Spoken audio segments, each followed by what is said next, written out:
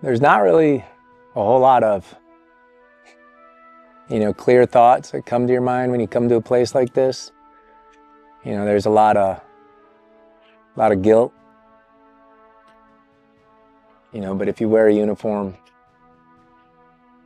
and if you stomp some mud or kick some sand with some guys and seen some shit, you get it. You understand. I know for me, big reason that I started the organization, people started taking their own lives. And I mean, in particular, there was 93 lives lost in Fallujah. And then we lost 27 on the 26th of January. It was really 31, but it was four crew on a 53, CH-53, went down, northern Iraq. Say it was a sandstorm hit them. But when the number of suicides started to eclipse the number of people who actually died in battle, it was a clear indication that something had to be done.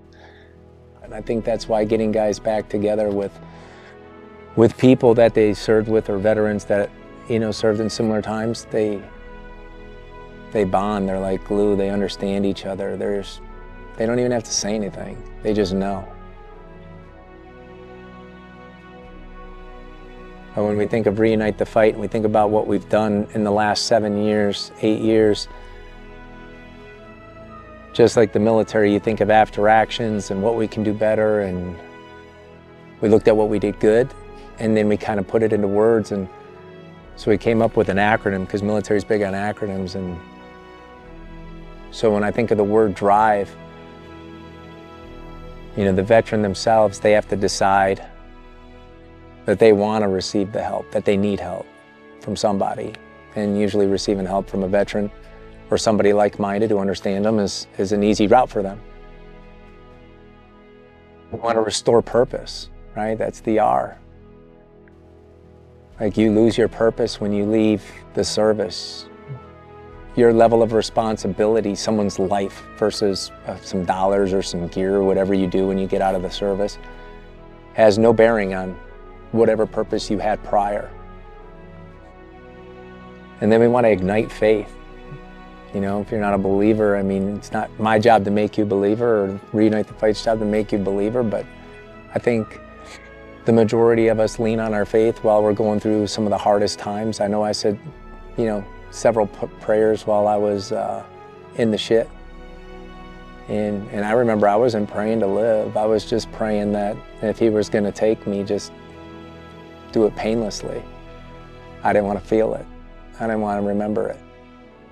The V is validating resources, whether it's disability benefits or a VA home loan or networking for a job, getting a job, recruiting a veteran with all the skill sets, more skill sets than people could even imagine of, because the military spends hundreds of thousands of dollars to train these men and women. So validating those resources for those veterans is huge. And then execution, like,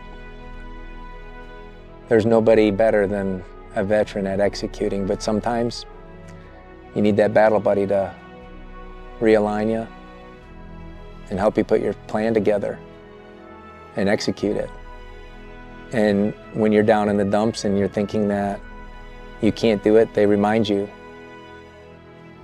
that you can. And sometimes that's all you need, is that little bit of encouragement to execute that plan. And so I think that's what we do great at Reunite the Fight, and I think that's what we're going to continue to do and build on. And if you're one of those veterans who's struggling or need the resources, or you've made the decision to receive some help, then don't be afraid to pick up the phone and call.